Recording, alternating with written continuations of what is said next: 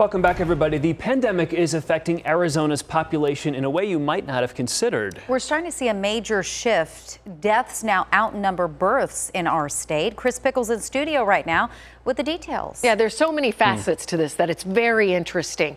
Typically, the number of babies being born in Arizona outnumbers how many people die in our state by tens of thousands.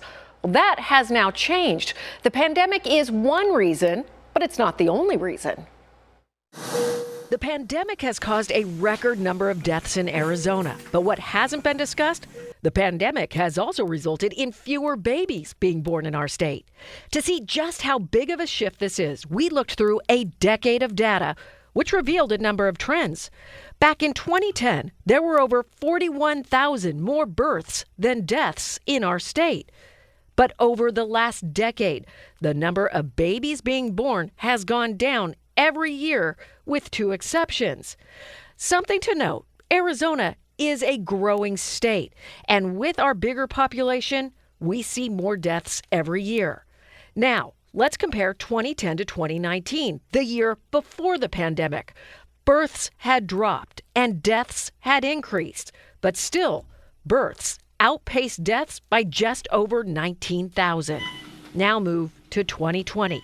The year of the pandemic, and this is where we see a major shift. The pandemic resulted in a record number of deaths, but still, there were more births than deaths by almost 1,100. This year is where things have flipped. For the first time, we are seeing more deaths than births in our state, by more than 1,600 deaths so far this year. An important note, this is not just an Arizona trend.